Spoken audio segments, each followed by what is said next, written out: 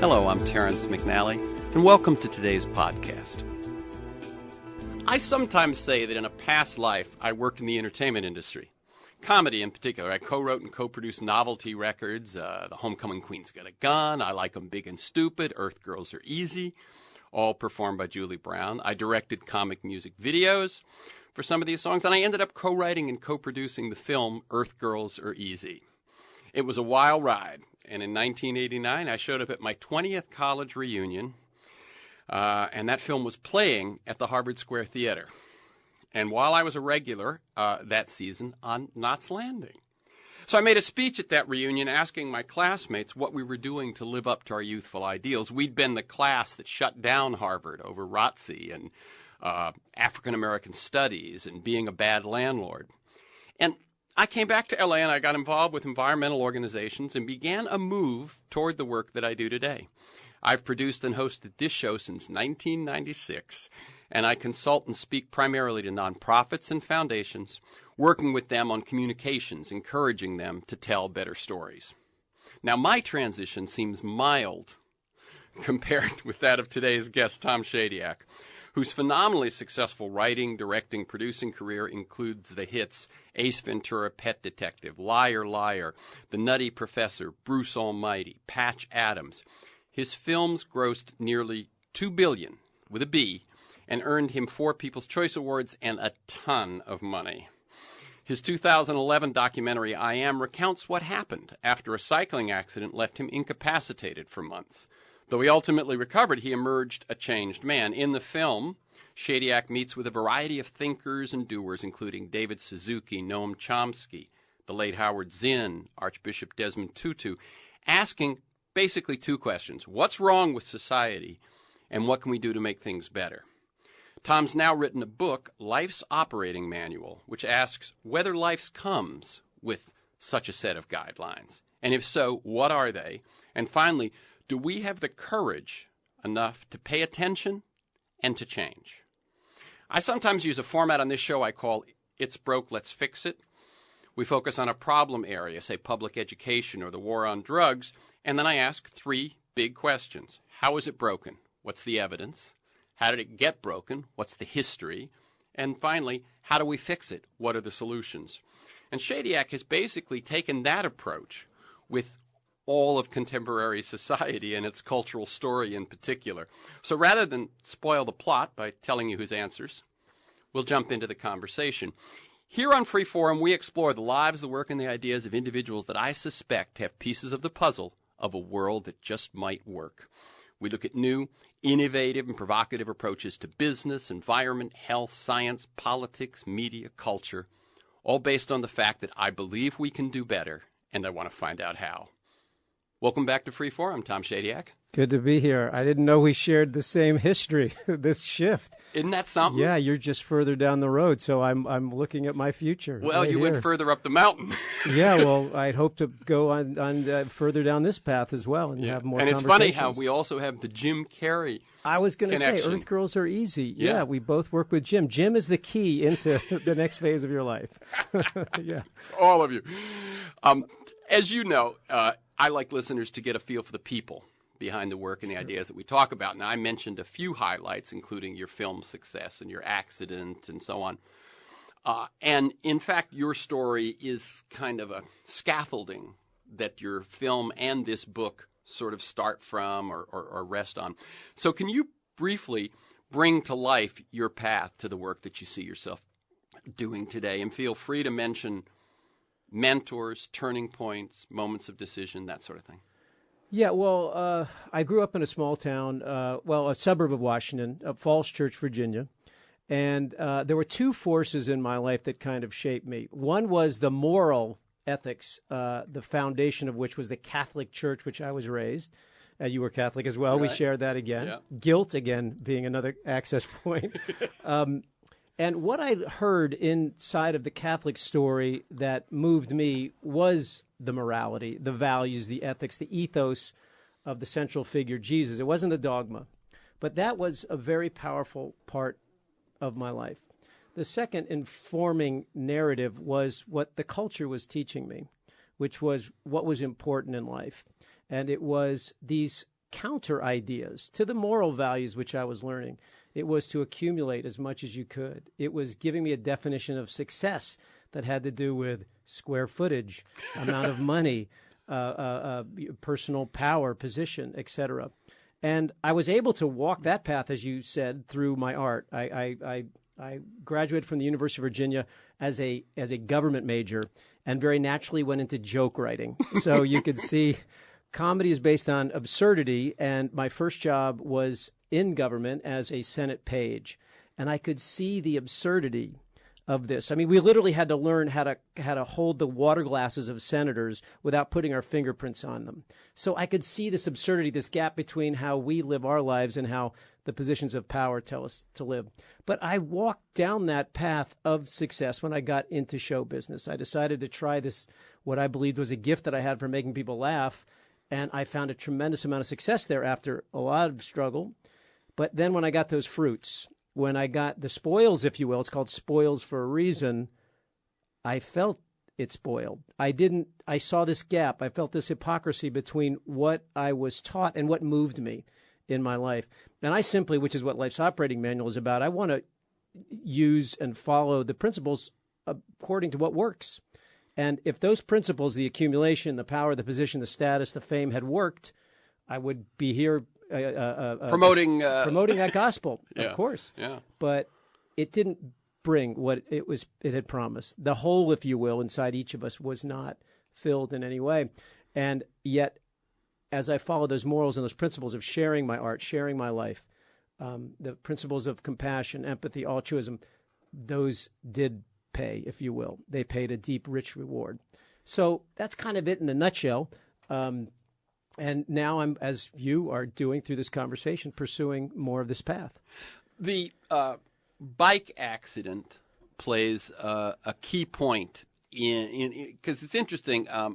We interviewed when you made I Am the documentary, and I went back and looked at that one, and I remember saying, so were the questions, the itch, that sort of thing, already stirring before the accident?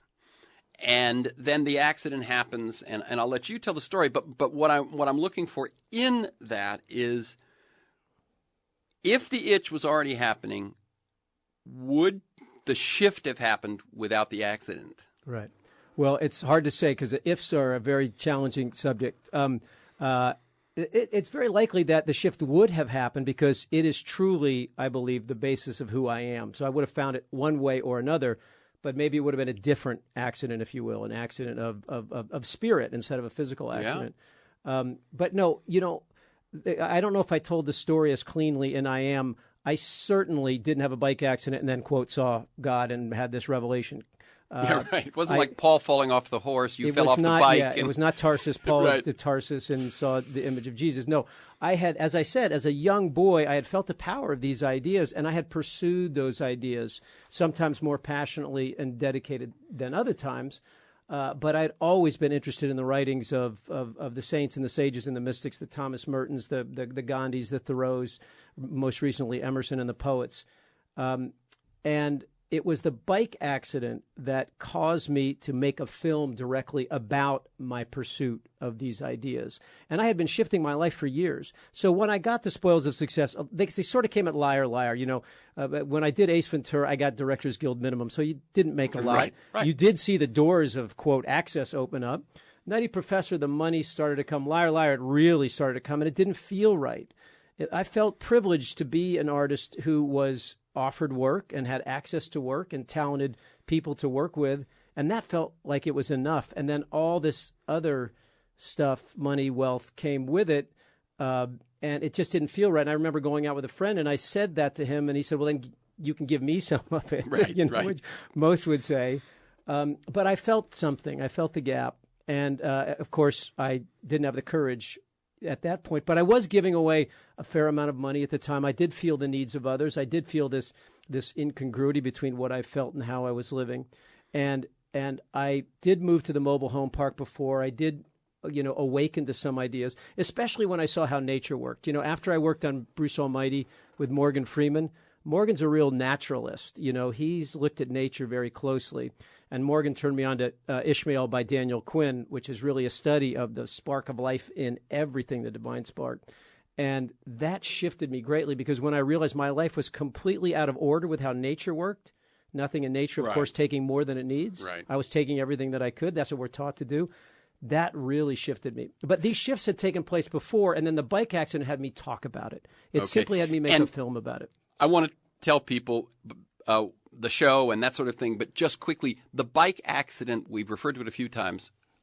You fall, you hit your head. Yes. And you get a concussion, but you get post-concussion syndrome. Just tell people what that's just the like. symptoms don't go away. This is why football players lock themselves up in rooms. They can't stay with their families. Any stimuli is like torture. It literally is a concussion that doesn't have an end, and that can be incredibly debilitating, not only physically but also emotionally. Right. And so if people who've never had a concussion, that includes incredible sensitivity to light and sound, Yes. and nausea and fogginess, Yes. and just an inability to function. Yeah, it's like a computer on overload. You just can't take in stimuli. Your computer's not functioning. And the only thing you can do is to literally shut it down. So I slept in a dark room for months on end. I slept in a closet, blackout curtains over my And in your whole case, house. this was 4 or 5 months. About 4 or Right. 5 months. And yeah. you're saying that took what had been brewing in you, and you're now confronting, what if I never can work again? Yeah. What if I never can do any, or if I get the chance to work again, what is my work It was about? literally a death. This is Freeform. I'm Terrence McNally. I'm speaking with Tom Shadyac, one of Hollywood's most successful comedy directors of films like Ace Ventura and The Nutty Professor. And as we were just saying, when an accident stopped all that in its tracks, he seized the opportunity to question his work and his success. His 2011 documentary, I Am, intersperses this story with a global search for what's gone wrong and how we can turn things around. He's recently published his first book, Life's Operating Manual, and you can learn more at lifesoperatingmanual.com. So you've got these questions, you decide you'll make the film and so on. Let's go back to what you were saying about nature and Dr. Quinn and so on. In other words, you have the itch. You've been reading the mystics, but my guess is that something happens here where it begins to speak more to you about society and not just the individual. Is that right? Yeah, well, understand that the big revelation, one of the big aha moments for me was, again, this idea that I was not operating according to the laws of nature. So what are those laws? If we look around, we as a society have been told that competition is the ruling order of nature, survival of the fittest. That's a misunderstanding. Darwin didn't even come up with that phrase. It was Herbert Spencer. He used it twice. He used the word love 95 times. Darwin, in the book Origin of Species. 95 times. Love 95 Descent times. of Man, actually. Yeah. 95 times. I believe it was Descent of Man. 95 times. Anyone who looks at nature, a child who looks at nature, can see that it thrives based on cooperation. Competition absolutely exists in nature. It's a part of our strive toward excellence. However, what makes nature work is cooperation. A rainforest, everything in a rainforest is giving something to everything else. Right. As I've said on this show in the past, having had many of the people that you cite, Elizabeth Sahtouris and so on, it's that it is survival not of the fittest gene, as Dawkins would say, or not even of the fittest individual organism, but it's usually survival of an ecosystem. Right. And it's the survival of that ecosystem which depends on the symbiotic, the cooperative, the collaborative relationships that they all live out. Right. What makes nature strong is diversity, right? One species is not winning out. If it does win out, it's pretty much signed its death certificate because it's going to die because it needs other life forms as an ecosystem to support and sustain life. So when I learned that, I had learned my whole life that just make as much as you can, and then you can give away. Right. You know, that's right. That's what most people say. Well, why don't you just take it all and then give it away? And because I simply don't want to be greedy now to be generous later. I don't want to break one of nature's laws, cause the problems in the world, and then try to fix them with my other hand. So when I realized that, that was a real shifter for me. That meant I had to change the way I did my business life in terms of my art. And that's the one where wherever I go on and talk, whether it's on the radio or television, you hear the record scratch. right? So you don't take everything you can. I just recently negotiated for a film. You're going to do the Intouchables? Yeah, Intouchables is a very beautiful, popular film out of Europe, and which not many Americans have seen because of the language barrier. We're gonna try to bring that to them. And I negotiated down my salary, to which everyone laughed at me. Except your agents who were teed up. Oh, my they were agents upset are still because they're on a percentage of you. They are in a percentage of me, and I will give them that percentage of me. But at some point, when I rebuild, quote, what you would call power, what I don't call power, but what you'd call power in this business, I will create an account for others that'll never come to me, and they can still tax that as they wish. They can do what's their calling, and I'll do what's my calling. But on this film, I just said, no. This is a privilege to serve. Please pay me minimum. I don't want any more. And that in itself has an energy. Maybe someone someday would be inspired by that to possibly share more of their resources and their art. And so, but boy, did that set a shockwave of what happened to this dude. He's crazy. And by today's standards, I'm crazy, and I'm proud to wear that label. What's funny is I actually read, I'm speaking with Tom SHADYAC, I read a couple of articles about, you were saying that you were likely to do the Untouchables and so on.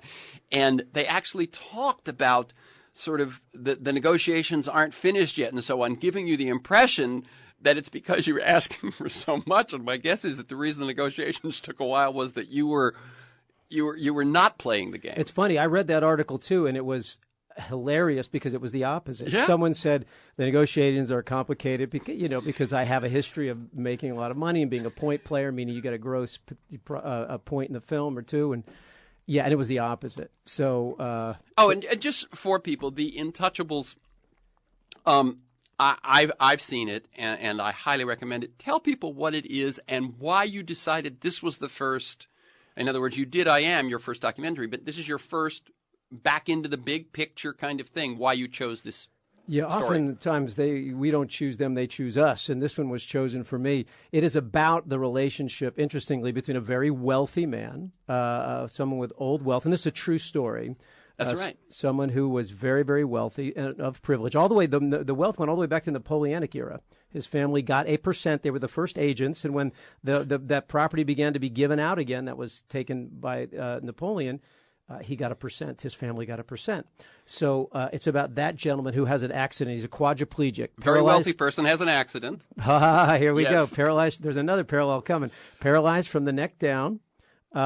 And then he takes into his life a very unlikely caregiver, which is a young man from the inner city. It's from the projects of France. And it's about how these two have much more in common than they have differences. And my mother, the other parallels, my mother was also a quadriplegic. She could move all four digits, but very, very, very slowly. So she was essentially confined to a wheelchair. And so the movie speaks very strongly to me, and personally, especially since my mother, I know what it's like for a handicapped person to see the eyes of judgment. Whenever a handicapped person goes in a room, generally people have the, oh, poor person. And my mother, I know, never felt that way. She wanted to be treated. She wanted people to ask her questions. Do you pee in a bag? Does your bladder work? What's going on? And this kid actually has that energy with this older man. And so I know that world very well, and I'm really happy. And it's funny. I mean, it's very funny. It's a film laced with humor, and it also has pathos. And was very successful in Europe. And one of the most successful movies in history in Europe. Yeah, I think it's a very good chance to be so here. That's the voice of Tom SHADYAC. We're talking about this transition he made from high-priced comedy movie director, Ace Ventura, Nutty Professor, that sort of thing, to a new life. We've just been talking about the next film he's going to do, The Untouchables, an import from France, but he has also done a documentary called I Am, and we're talking about a new book called Life's Operating Manual, and you can learn more at lifesoperatingmanual.com. What has been the response to this book? We'll talk about the content more, but what's been the response so far? Anything that's surprised you? Anything that's moved you to, oh, I wish I'd done something differently? Anything like that? Well, yeah, I've already changed since I've written the book. You know how it is. You write a book, and then about a year later, it actually comes out, and after the edits and whatever.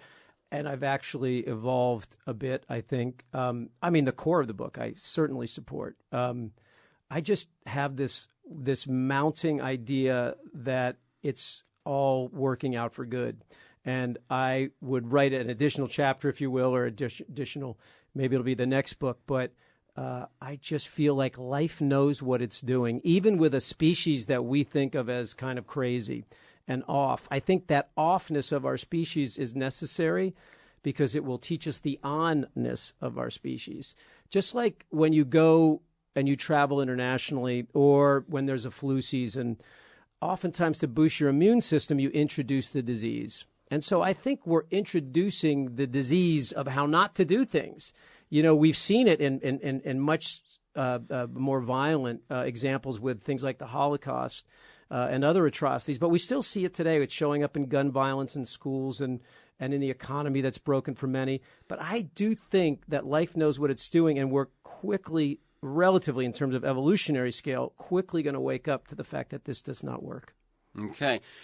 One thing, by the way, now with the online presence of a book, that epilogue, if you will, you can add as soon as you get a break and put it up there, and then another, and then another. Don't give me any ideas, man. No, but it's pretty. No, you're right. You know, some writers Absolutely. are doing that. It really does make it the book is not a static, dead thing. It's kind of the taking off It's point. true, and now this book is actually, it's surprised my publishers. It's selling. It did hit the New York Times bestseller list, and largely because of online with youth, as I was saying.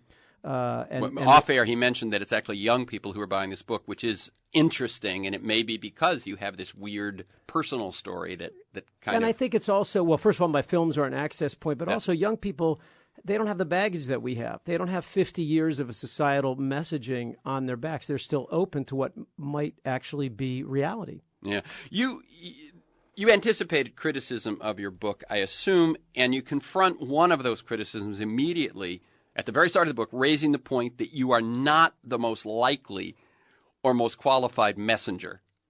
Talk about that. Well, neither was Moses, who was a stutterer. And I'm not likening myself to Moses, but oftentimes life chooses those who are the least likely. If you look at someone who has a master's in theology and who has been preaching at a church for 25 years, you say, oh, I can see a book coming out like this from that person. But I'm a person who's been doing those things. I easily could have earned my master's, and I easily could have done many sermons and have spoken for years and years and years. But I've been someone who's been known as a comedy director. And so that, of course, invites criticism of what the. Yeah. And to me, that is an irrelevant conversation. It's talk about the substance of what's said. I completely understand. The fact that I have this history is virtually irrelevant. Talk about where the ideas are now. Well, except I would say this, Tom. The fact that you have that history actually is not irrelevant in that it does the positive thing of getting you attention. Right. In other words, the person who's been, who no one has heard of and who has never had any wealth and has the same research as you and writes the same book might not get the same. So I don't think it's irrelevant. Well, you know what? I agree. I would take that back as opposed to irrelevant because everything is relevant. And my story is actually, but if you're going to take my story, take the whole story, right? You were not with me when I was in my free time. You were not with me for the years that I was reading and went to monastic retreats and did silent retreats and meditative and wrote and prayed and journaled each morning. If you want, read my journals. You can see where this comes from. But take my whole story. And the fact that I was a storyteller is actually very relevant because this is all about story. That's right. That's all about story. I mean, what you were saying is the flaw and the potential solution lies very much in our story. That's right. Okay. That's right. You also confront other potential criticisms, in fact, many of them, in what you term the fear and truth dialogues. Now, I'm going to ask you a couple of things. One, I'll let you tell people what those are and how they show up in the book. But what was your creative process in coming up with that device? Did you even have a fear and truth dialogue about whether it was a good idea? Well, fear and truth came late. And whenever you write something that's so outside the societal box, at least for me, there's a voice that says the first reaction will be dismissive. This is crazy. This is idealistic. This is utopian. Naive. Exactly. And late in the book, I had written a number of these essays. Late in the book, a dialogue naturally evolved inside of one of the essays. It was in the happiness section. And then I realized this is a really interesting device because it's challenging, because it pushes the ball further down the hill or up the hill, depending on your point of view. Because if you dismiss me as naive, which fear often does, truth, which what I call my truth, not the ultimate truth, but as I see things, truth gets a chance to look at that and gets a chance to say, well, wait, before you call it naive, I'm not interested in naive things. I'm only interested in what's real. And then fear, of course, says, well, there's nothing real. This is all fringe science or fringe ideas. And truth gets to say, but wait a second. And so it challenges people to a point where they get uncomfortable. And I like that discomfort because that discomfort is where new ideas have a chance to take root. It's always in the discomfort, right? People wish to be settled only in so much as they are unsettled. Is there any hope for them? So this book can be very unsettling. And the thing that you do, in other words, the device, you let me just guess. A chapter will be about 5 pages, and then there'll be 2 or 3 of these 2 or 3 pages of these dialogues, then another 5 pages. Right. And what happens is he sets up, makes a contention, lays out some research, does whatever, and then before the next chapter, there's this back and forth between your own fear, what fear tells you to shut up. Don't be such a wise guy. Don't stick your neck out. Right. You know, people will laugh at you. And then your own inner truth, as you say, not the truth, answers and says, but wait, there's this, there's this, there's this. So you're working it out constantly as you go. And one of the things I saw with that is that in some sense is more of an improv than the rest of the book, if you will. The rest of the book, you do the research, you figure out how to craft it. This is kind of an improv between 2 sides of yourself, which is one that I think would keep changing. In other words, if you wrote one of those chapters again today, you might have very different reservations and very different. Yeah. But one thing I did notice, though, about the Fear and Truth dialogues very early, because I wanted to see if it was a device that was provocative, when I gave it to some friends whose, literary tastes I respect, was that they said, I found all my questions being asked by fear. I don't think the economy is invented. So I wanted to know where you got the idea that the economy is all made up. And I asked that question, right? And so that to me told me there was something universal about the fear that I was hearing, and possibly even the responses that were coming to fear, because it takes away your defense mechanisms. It removes them. It talks to your fear. And then, again, you get pushed into that very uncomfortable place. Let me share one last thing about the book before we go into the content, the writing of the book, the structure of the book. There were moments personally when I felt myself a bit manipulated by it. Yeah, here's why. By inserting the dialogues, you're responding to what might be readers' responses, as you just said.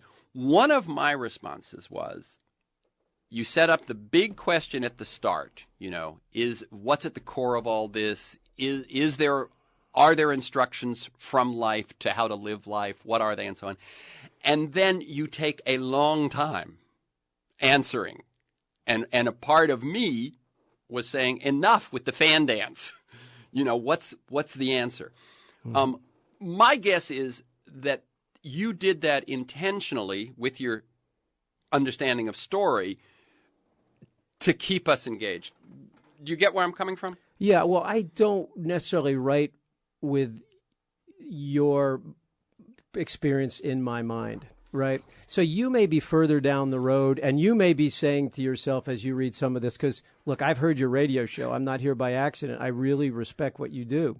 So you've asked many of these questions. You've sat inside many of these answers. So you may be looking and saying, all right, come on, Tom, let's go.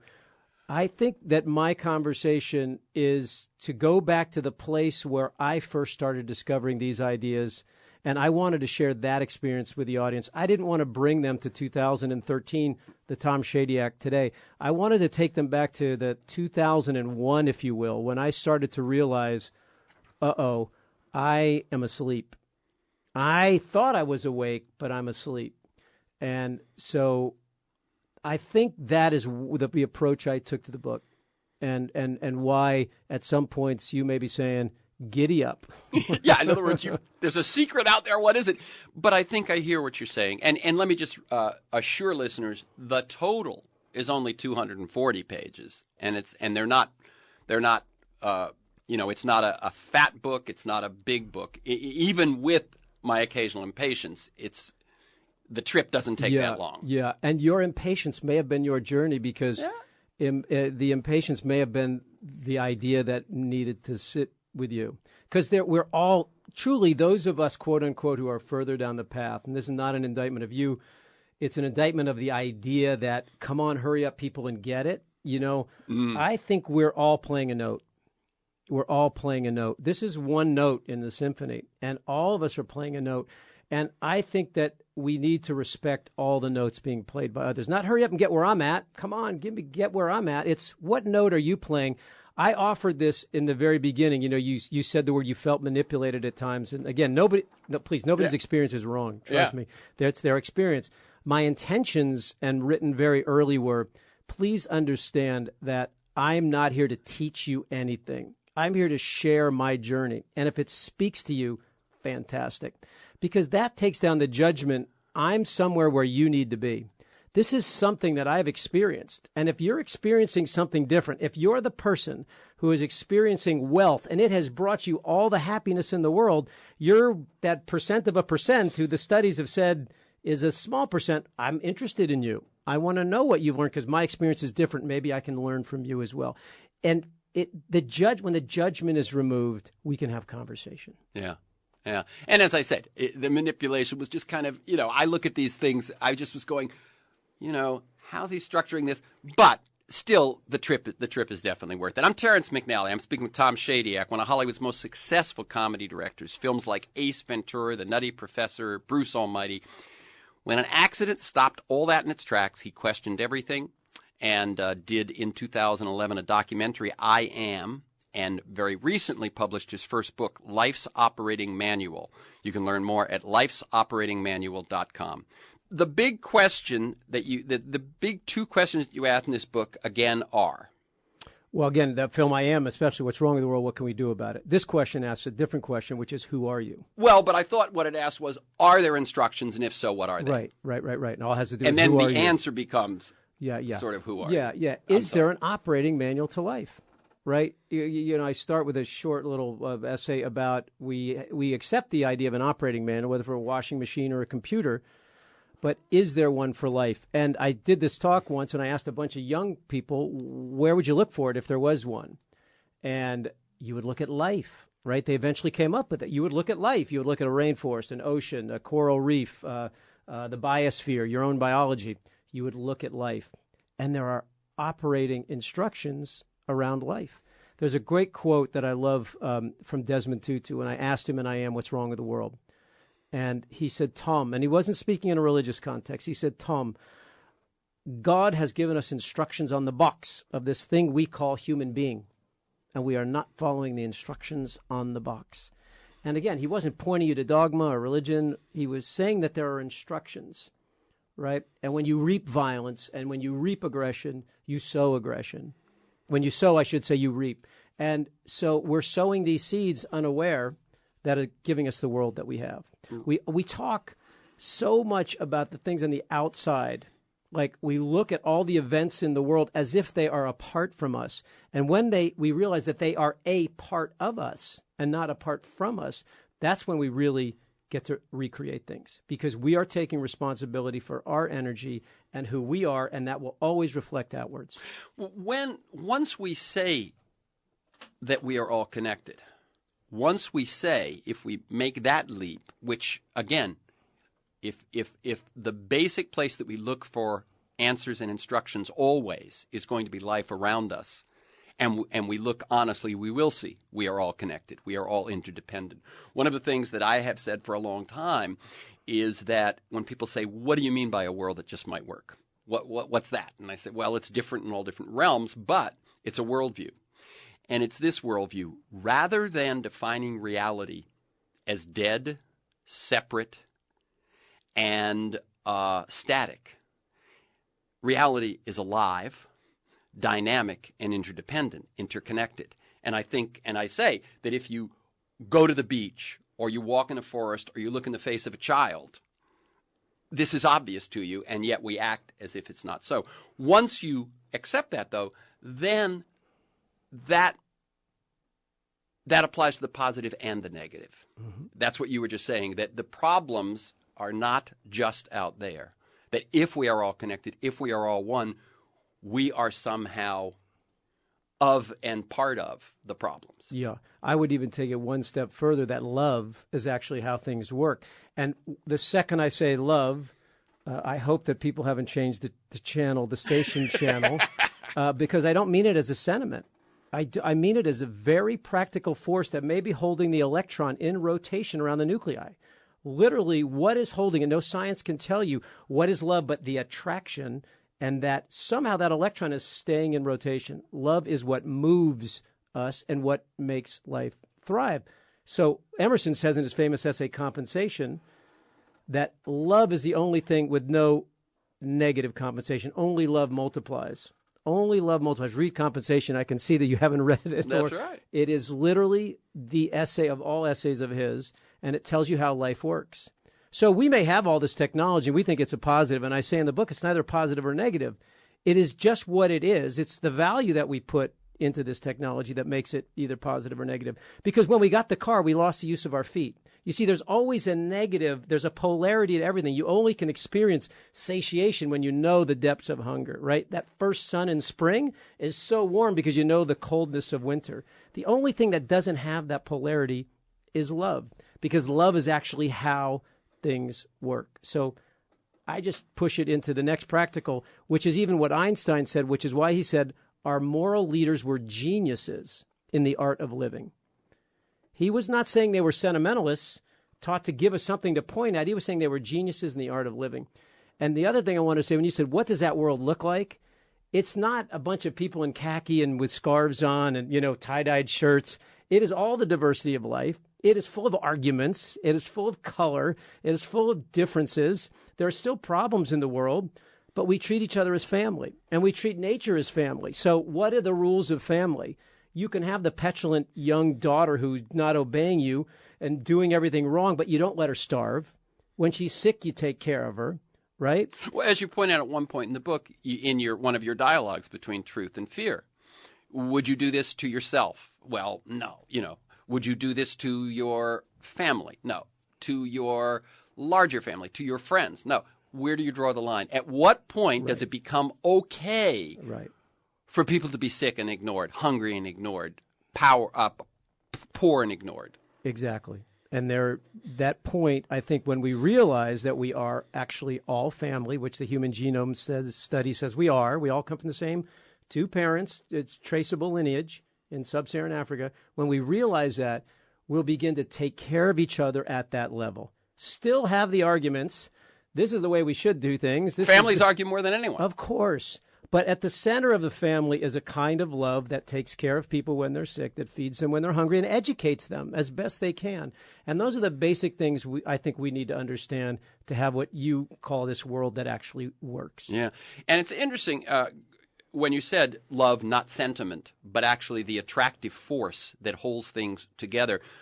Gravity, in some sense, is very similar to that. We cannot explain, just as we cannot explain love, but it holds things together. There's a wonderful book by Brian Swim called The Universe is a Green Dragon. I don't know if you're aware of it. Swim is a cosmologist, and it really talks about this allurement, is his term, but this thing that draws everything together with the same meaning. Maya Angelou says it's the force that moves the blood in the veins. So I want to talk just again about a couple of the big ideas in here. One is this thing, learning from nature. Anything else about learning from nature that you want to say? In other words, one is, if you look at nature, everything's connected. If you look at nature, it's ecosystems that are thriving, not individual organisms. If you look at nature, no one takes too much, takes more than they need. There's no such thing as waste, etc. Any other things in that? Well said. Well, the counter to all that is how we've set up our economy, the way we do business with each other. And it's not just the economy. That's how we educate. We're teaching our kids. Look at the Department of Education's website says we're training our kids for global competitiveness. That's the goal of our educational system. So it's all about this way we do business with each other. And what happens when a system takes more than they need, we have a term for it, and it's cancer, right? A cancer is a system that is just taking all that it can. right? It's just saying, wow, I'm pretty powerful here. I can continue to eat. I'll keep eating and multiplying. And then it doesn't realize it's breaking down its host.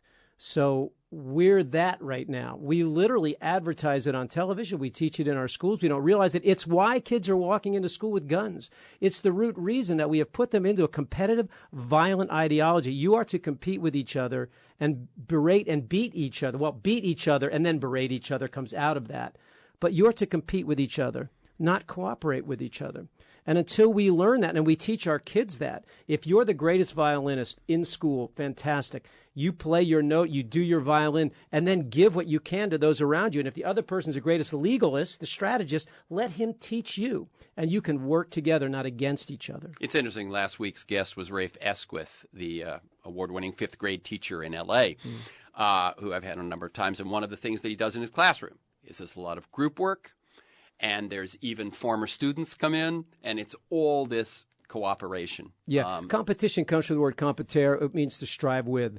So when Larry Bird and Magic Johnson strove with each other, they made each other more excellent. They needed each other. But the poison that follows that is, oh, you get $200 million because you're the best. And the guy sweeping the floor gets nothing and can't educate his kids and can't feed his family. That's the poison. And until we see that it's a privilege to be in the arts, to be in the sports, and that we're all in this together, and that we have a much more egalitarian system of paying each other because we feel it. It's not going to come from any system. We have to feel that equality, right? I don't want any laws that say you can only make this much money. I want us to feel it so that it feels like an aberration and an abomination to have so much while others have so little. You talk about what you say you learned from Daniel Quinn's Ishmael, which is that a lot of the problems started with agriculture. Talk about that turning point. Yeah, that was what Morgan Freeman said to me. Morgan, what do you know? We were at the dinner one night. Tell me something you know because I put words in your mouth. And he goes, you ever heard of the tyranny of agriculture? And I thought, maybe. What do you mean? And what that meant was, if you go back to some of the moral teachings of Jesus, don't even store into barns. Right? Consider the birds of the air. They don't reap or sow or even store into barns. Agriculture was the first time that we as a species were able to store into barns. And a kind of greed, understandable, because we didn't want to die. We wanted to have plenitude. And so we started chopping down more and more and more of the forest. We started eating up more and more of the fields and storing. And then we started to look at that storage and say, he has more than I do. I want what he has. And then this whole ideology came in. That is what's meant by the tyranny of agriculture. It's that we have this way of taking everything we can. And if nature did that, nothing, of course, would live. It would be this gross competition. And the lion would eat every gazelle. He wouldn't just eat just one. That's right. He would eat every gazelle, and he would kill everything around him. If nature did that, we wouldn't have ever been here. Right, exactly. We got here through sympathy and cooperation. Right. And so agriculture allowed for exploitation. It allowed for setting aside exploitation. And this is when slavery shows up in the human species. There's no slavery before. What's good is a slave going to do when you're a hunter-gatherer culture and you have another mouth to feed? Everybody works together. They're dependent on nature. As you point out, the Bushmen of the Kalahari have a sustainable civilization, a sustainable society going on 50,000 years. Right. And it's egalitarian, it's shared, it's bare. Right. There's no luxury. Right. They have the luxury of survival, which we may not have. Survival. Exactly. Yeah. I must share when I came upon that one. I've mentioned this before in the show, but when I was a freshman in college, in one of my very first courses in social relations, Irvin DeVore, anthropologist, showed a black and white film on the Kalahari Bushmen, and the fact that they he sort of was questioning the consumption society. And I mean, I'm 19 or whatever. I remember seeing that, and it like blew my mind. Yeah. I mean, it's stuck. It just changed something about the way I saw the world. Well, the fact that they don't even say thank you. Tom Hartman introduced me to this idea through Last Hours of Ancient Sunlight. You'll give them food. If some of the original anthropologists that were researching gave them food, they never said thank you. It's because it's so commonly accepted that food sharing, oh, you have food? Of course you share it. And Tom likened it to pulling up at a traffic light. You don't thank the car next to you for stopping because it's just assumed that we all obey traffic laws. Right. And it's just assumed in their society that you share food. Right. I'm Terrence McNally. I'm speaking with Tom Shadyac. We're talking about the work in his book, Life's Operating Manual, and you can learn more at lifesoperatingmanual.com. Let me engage, if you will, in a little bit of some things that occurred to me reading your book and get your reflections on it. One is that it may sound like what you're saying is if one at a time we can shift our worldview, if one at a time we can shift the way we view reality, if one at a time we can see some of this stuff and begin to live from it. And one of the responses to that is these issues are societal. There are big corporations, big institutions that don't see things that way. One of my thoughts is that, talking again about the Bushmen, about agriculture was only 10,000 years ago. The Industrial Revolution, 300? It seems to me that what we're living in is a brief period where we had enough energy, and enough that was perceived as cheap energy, enough technology, and the certain culture to expand our extensions of ourselves, as McLuhan said. That's our ability to see, to hear, to communicate, to think, all those things, to move, certainly very, very critical, which expanded in turn population, consumption, pollution, disposal, our ecological footprint, all of that. And that was a blip in a way. And that what we're now seeing is the cost of that much population, that much pollution, that much disposal, etc. And so now we are those in this moment when we've got to pull back from what looked possible, from what looked like progress, and reassess and shift. And my thought is, this transition is going to take some time. I think you're right that it's a big part of it's going to be individual consciousness. And I don't criticize us for actually saying individual consciousness matters. My goal would be that as few people get as hurt and hurt as little as possible during this transition. Those who have been thrown out of those houses, those who live on $1 a day in Africa, and that justice somehow prevails during this transition. Your thoughts about that? I love that. Justice always prevails. The justice is sown in the consequence is sown in the deed.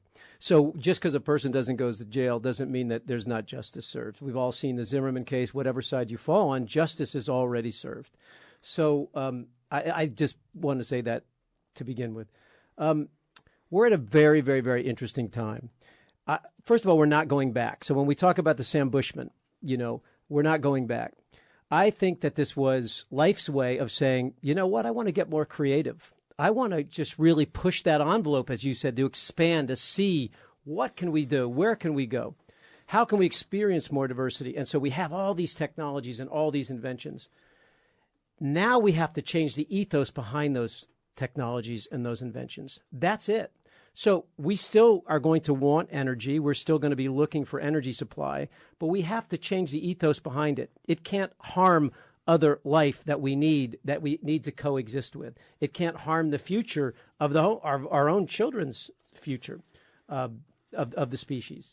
So we need to simply shift the ethos and say, as nature does, how do we do this without waste?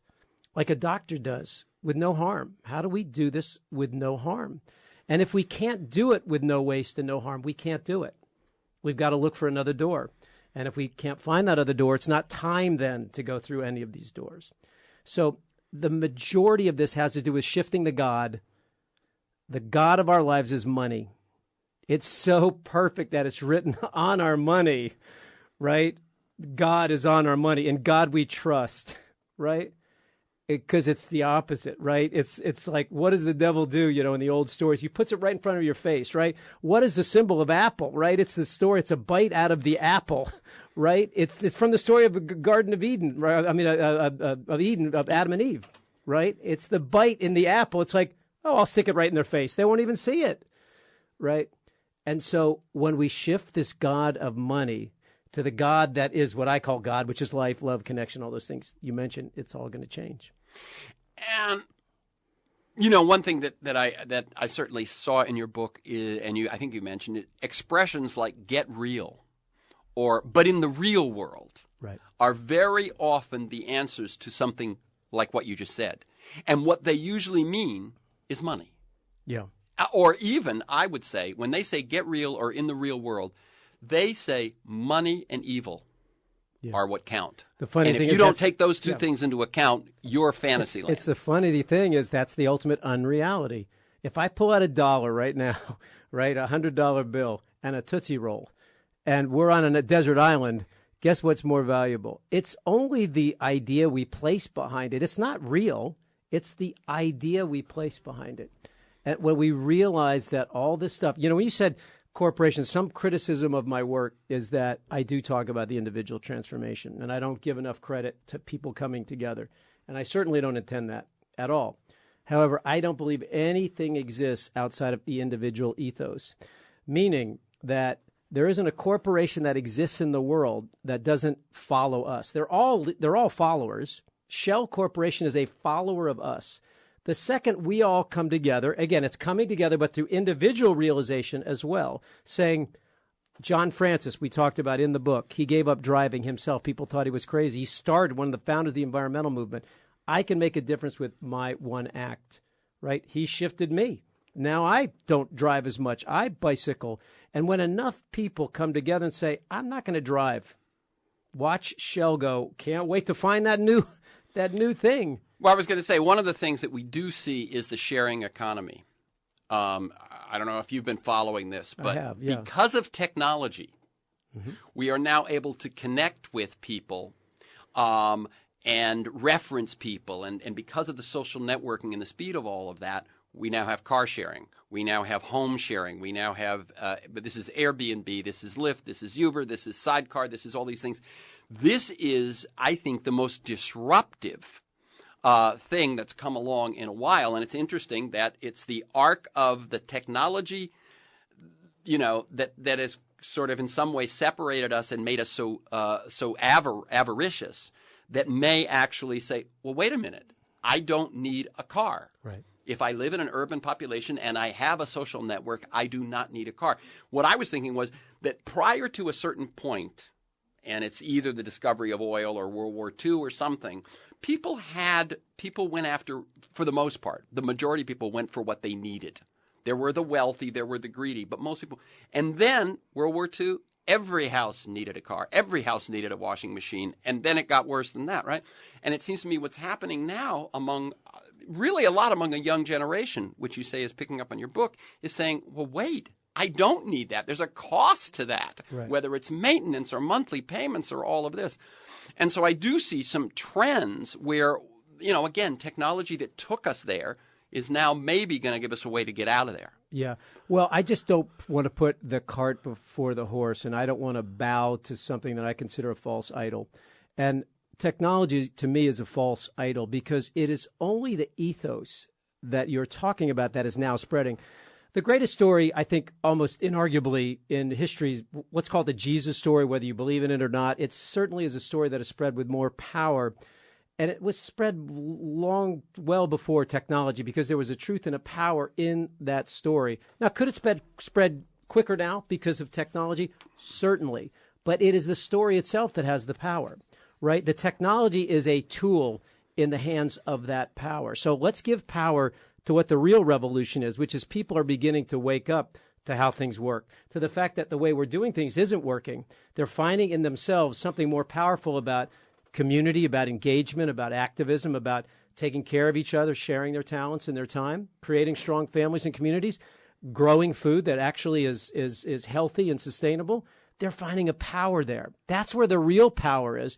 Thank God, through no accident, we have a technology it's now an that can enabling spread mechanism. that. Yeah. But let's not put the technology as the God. It's a tool. Because that's the argument that people will make for having coltan in our cell phones, right? For having women in China who are being poisoned through, different methods of constructing these phones.